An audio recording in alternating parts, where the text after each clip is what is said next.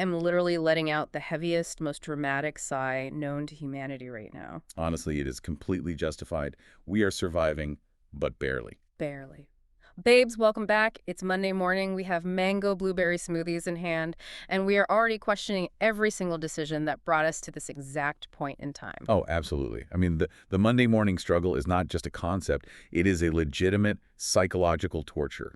Like the transition from Saturday night chaos to Monday morning clinical responsibility, it is jarring. It is violently jarring. I am sitting here trying to be a productive member of society, but my brain is still mentally sitting on a patio at like 3 p.m. on Saturday afternoon. Right, and you try to have that Monday motivation, but let's be real, mine lasted exactly 14 minutes today before it completely evaporated. I looked at my schedule and just disassociated. 14 minutes is generous. I think I hit snooze so many times today that my alarm clock is legally considering pressing charges. Like, how many snoozes did you guys hit today before accepting your reality? Because my reality is bleak. Especially because of what we actually do for a living. Like, we are dentists. We have to go look at teeth in about an hour. Don't remind me. I can already predict the exact low point of my entire week, and it hasn't even happened yet.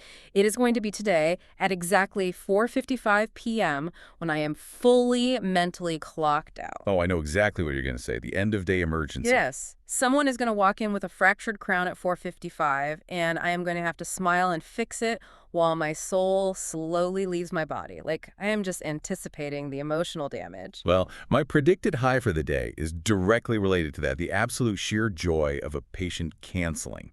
Like a 2-hour block just magically opening up so I can sit in the break room, drink stale coffee, and scroll through celebrity gossip. That is my peak. That is the dream.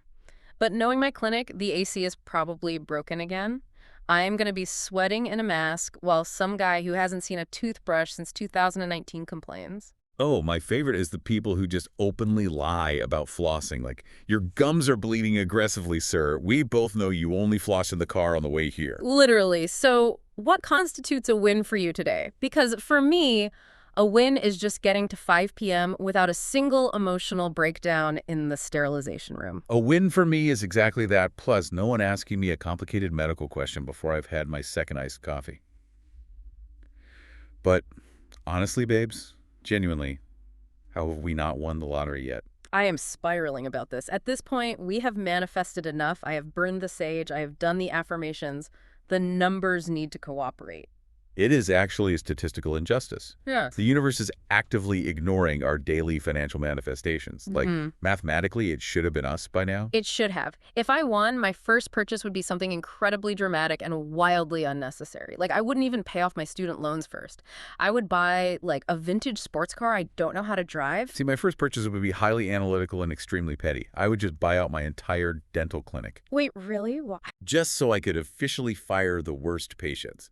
Like, sorry, I own the building now. Your flossing lies are no longer welcome here. Please leave. Oh my God, that is incredible. Would you still work, though? Because I emphatically say absolutely not. I would disappear into the ether. Oh, I would absolutely not do any actual dental work. But I would still show up once a week in head-to-toe designer clothing, just to walk around and judge people's teeth. Just point and shake my head and then leave. You are a menace. But honestly, since the universe refuses to hand us our rightful lottery money, we clearly need to start some chaotic side hustles. We really do. And speaking of chaotic side hustles, we have to talk about Bethany Frankel, because she just gave a masterclass in how to turn a pop-up shop into a municipal disaster. Oh my God, the supermodel cafe in East Quogue, I am so emotionally invested in this sheer audacity. Let's break down the facts, because they are wild. Bethany decides to open this pop-up cafe in the Hamptons, and over 700 people show up on opening day. Which is insane. 700 people for chicken salad. Because that is what they sold out of instantly. Chicken salad. It is the power of the Bravo ecosystem, I guess. But here's the analytical twist. Local officials, specifically a guy named Ryan Murphy from Southampton Town Public Safety, roll up and issue a warning stop work order. A literal stop work order on day one. Exactly. And the reasons are fascinating. Unusually high volume of people, major sidewalk obstructions, and unpermitted signage. Now, in a wealthy area like the Hamptons, zoning laws are basically a religion. But wait, how does someone like Bethany, who built the massive skinny girl empire, just casually forget to get a sign permit? That is the crucial question, because the officials clearly stated that notices and warnings were given to her team before the cafe even opened. They knew this was coming. So you're saying she basically ignored the town's warnings? As an entrepreneur, that just feels reckless. Or it's a highly calculated PR strategy. Think about it. A quiet, rule-abiding cafe launch gets a tiny mention in a local paper. A chaotic standoff with city officials over chicken salad, that goes viral. Okay, my mind is actually blown. Because her reaction on TikTok makes so much more sense now. She didn't apologize at all. Nope. What does she say? She literally posted a video saying, oh, we don't have to stop work. And then she compared herself to Billy Joel. She said, quote, "We are the Billy Joel of bagels. We play until we can't play no more." The Billy Joel of bagels. I mean, the sheer delusion of comparing a lower-calorie bagel pop-up to a music legend is staggering. It is peak reality TV behavior. But it gets worse because the town ordinance drama isn't even the messiest part. We have to talk about the payola allegations. Yes, the $30,000 email. This is where the business mechanics get genuinely predatory. Oh, it's getting so heated reading about this. So a small business owner comes forward and claims that Bethany miscredited their brand on her platform. Right, but the sequence of events is the T here. Allegedly, Bethany's team reached out to this small brand and requested the products first. The brand sends them, hoping for that organic exposure. Because if Bethany posts your stuff, you basically sell out. So you send the free stuff. Exactly. But then she doesn't tag them properly, so the small business reaches out, just politely, asking for proper credit. And what does Bethany's team do? They allegedly send a threatening email demanding a $30,000 licensing rate just to give them the proper credit. 30 grand. It is a complete shakedown. It shifts from influencer marketing straight into extortion territory. Imagine you pour your entire life into a small business, you send free product to a millionaire who asked for it, and then they demand $30,000 just to tag your Instagram handle. What would you even do? I would spiral. But it shows how entitled these reality stars get. They think their mere proximity to a product means the creator owes them a massive tax. It is gross. It just makes me spiral about the entitlement of rich reality stars demanding payola from regular people who are just trying to survive the economy. And while Bethany is out making enemies in the Hamptons, Andy Cohen is apparently on late-night TV making enemies with his own mirror and missing his old favorites. Oh my gosh, yes. Let's pivot to Andy because the Bravo mastermind is having quite the week. First of all, he admitted on Radio Andy that he misses Kenya more. And not just misses her. He said he thinks about her all the time and texts her constantly. Which made me so emotional because Kenya's exit from Real Housewives of Atlanta back in June was so dark. Let's logically break down that context because the phrasing is important. She left after the whole revenge porn investigation involving the newcomer, Britt Eady. Right. And we have to be clear, Kenya vehemently denied distributing any private footage. She took accountability for making a quote-unquote mistake, but she shut down the legal revenge porn label. She did. And remember what TMZ reported at the time? They said Bravo left the door open for her. They didn't officially permanently fire her. So when Andy is out here publicly talking about texting her, is he just softening the ground for a return? Obviously. Does Bravo ever really close the door on anyone who brings in ratings? Historically, absolutely not. Fired housewives return all the time when the current cast gets boring. It's true. He is totally testing the waters with the audience. But what I am truly obsessed with is his Founding Father era. The Watch What Happens Live moment. I have never laughed harder at an analytical breakdown of a man's hair. I was crying laughing. A fan literally wrote in to Watch What Happens Live and compared Andy's 58-year-old natural gray hair to George Washington. And the insults were so specific, they called out the flip over both ears. They said he was looking, quote, grump. Grump. And Andy didn't even fight it. He just sat there and agreed. He even added to it, saying he and George Washington are both a little bit cross-eyed. Which is actually a brilliant defense mechanism. You know, Yeah. Darcy Carden and Emily Simpson were sitting right there, just agreeing with the roast. Emily Simpson was probably thrilled someone else was getting roasted for once, but I have to praise Andy for being a good sport. Like, in a world of Bravo injectables, he is just rocking his undyed, blown-out gray hair. It is the ultimate power move. He is secure enough to let himself be the punchline, which is a trait literally none of his cast members possess. Truer words have never been spoken, especially not the cast of Orange County, because they possess zero self-awareness right now. Let's segue right from Emily Simpson, straight into the absolute toxic wasteland that is the current Orange County and Ultimate Girls Trip drama. It is heavy. It is pure exhaustion. The Shannon Beador and Tamra Judge feud is physically draining me to watch. Well, the stakes are real. Shannon was officially banned from the Ultimate Girls Trip finale after that massive fight with Tamra. And Shannon has been heavily hinting that Tamra instigated the entire thing just to get her in trouble. Because that is exactly what Tamra does. She is the ultimate field producer.